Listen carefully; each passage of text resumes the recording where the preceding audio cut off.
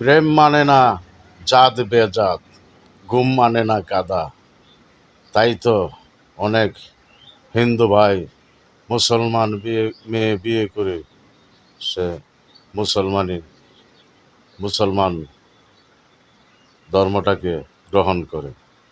আর অনেক হিন্দু মেয়েও মুসলমান ছেলেকে ভালোবেসে সে মুসলমান হয়ে তার ঘর সংসার করতেছে।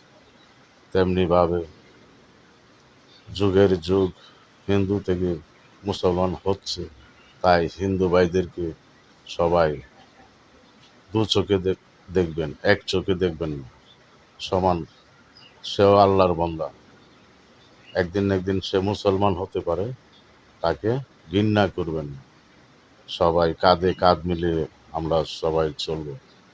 হিন্দু ভাইদেরকেও আমাদের সবাই আমরা সবাই আমাদের মতো দেখব। কারণ তারা তো মানুষ, আল্লাহর বান্দা। নবীর দিন মানলে নবীর উম্মত হবে। তারা তো একদিন না একদিন মুসলমান হবে। তাদেরকে ভিন্ন ভাষা আমাদের চলবে না।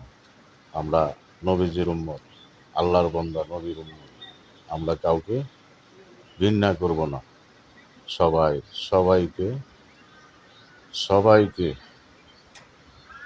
নিজের নিজের মনে করে সবার সাথে সদ্ব্যবহার করব, এই বলে আমি আপনাদের কাছে অনুরোধ করছি। হিন্দু ভাইদেরকে আপনারা নিজের ভাইয়ের মতো দেখবেন।